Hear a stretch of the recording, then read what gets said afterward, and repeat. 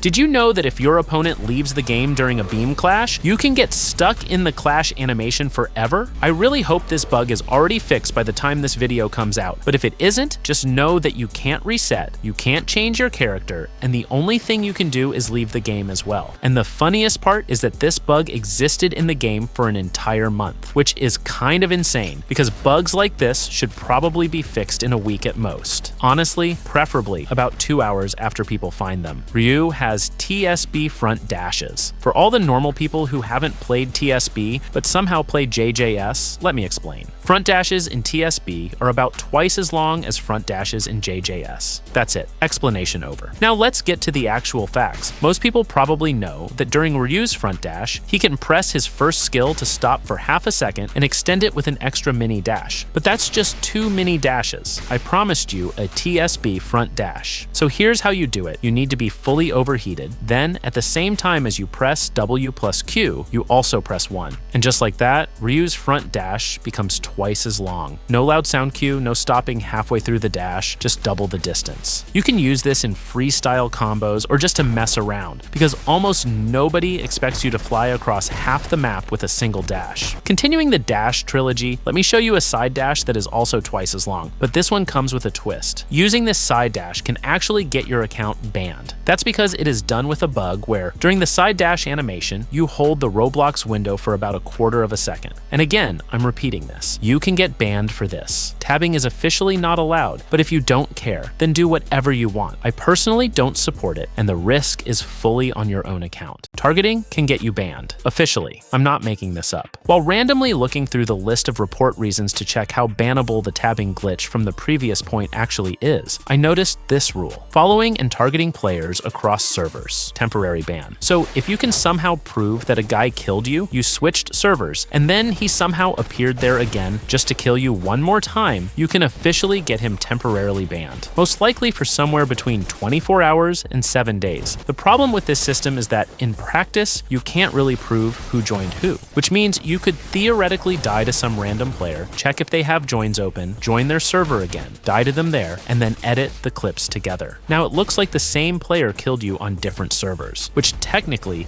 counts as targeting across servers. Or of course, if there is actually a player legitimately following you across servers, just clip it, report it, and they can get banned. Mahoraga and Mechamaru's robot are the only movesets in the game with more than 100 HP. On paper, Mahoraga has 150 HP, and the robot has 117. But in reality, calculating how much HP they actually have is almost impossible. The robot takes reduced or normal damage depending on where you hit it, which, in theory, can bring it up to around 234 effective HP. And it regenerates, by the way. Mahoraga has adaptation, which in the worst case scenario can turn his little 150 HP into around 500 effective hit points, assuming he gets hit by only one damage type that he fully adapts to. And yes, he also regenerates. So yeah, these two can, and very often will, give you a hard time, because killing something with 230 or 500 effective HP that also regenerates and has a bunch of other buffs is obviously peak balance. Also, if you always hated Megumi, here is an overpowered way to counter him that you probably didn't know about. The thing is, Megumi's dog cannot hit a target if it cannot see them with its own eyes. Because of that, even if your enemy can technically see you while you're inside a building or just standing near a wall, you can completely disable their ability to use the 4th Shikigami. And on top of that, the dog's eye hitbox is somehow closer to the center of its body, or maybe even its right shoulder, which can confuse the Megumi user himself, because the move just won't work for no reason. Everyone probably knows that Mahoraga moves almost twice as fast as every other character, which makes him better at basically everything. His rolls are better, his dashes are better, his normal running is better. Even climbing ladders is faster on him. But the thing that isn't just 2 times better is his parkour. His parkour feels around 4 to 5 times faster and better. Just look at what this white Shikigami can do. Potentially, even a Naoya user can't run away from him. And Utah users who climb onto roofs or go outside the map with Rika Throw can't really escape either. Using Death Counter as Mahito makes his second ultimate last twice as short. This was most likely done for balance reasons because Mahito's second ultimate lasts 50 seconds, while Death Counter has only a 40-second cooldown, which could potentially let you use 2 Death Counters in one ultimate. But this system works a bit strangely. First of all, for the ultimate duration to actually go down to 25 seconds, two things need to happen. You need to have more than 40 seconds of ultimate time left, and you need to successfully land death counter. If the enemy doesn't fall for the counter, your ultimate duration will not be reduced. The same thing happens if the enemy does fall for it, but they do it when you have less than 80% of your awakening left. So what does this give us? Two things. If you kill someone with death counter within the first 10 seconds after entering the second awakening, your ultimate will expire after 25 seconds. But if they don't fall for that counter, you'll still have another chance to start Head Splitter near the end of your awakening, which is something barely anyone probably knows about. You can actually abuse this with small mind games. And while we're still talking about death counter, there are two more things I want to mention.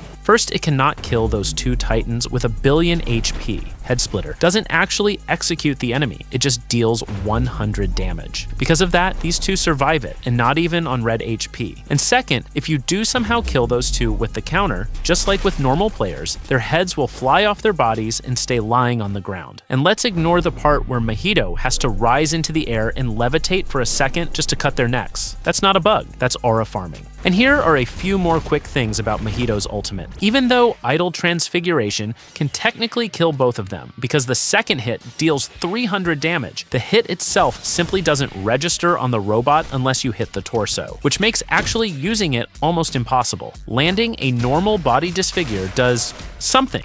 It does something, basically. And this isn't just some one-time bug either. It happens in hundreds and hundreds of cases. The only thing that changes is how badly the game decides to throw you around. And properly using Mojito's domain against the robot is basically impossible too. Against the mech, you need to get close to the center of the body, not the leg. And if your opponent is an AFK, they'll just throw you away with M1s. So yeah, poor Mojito, honestly. He gets fully countered by almost every second character in the game.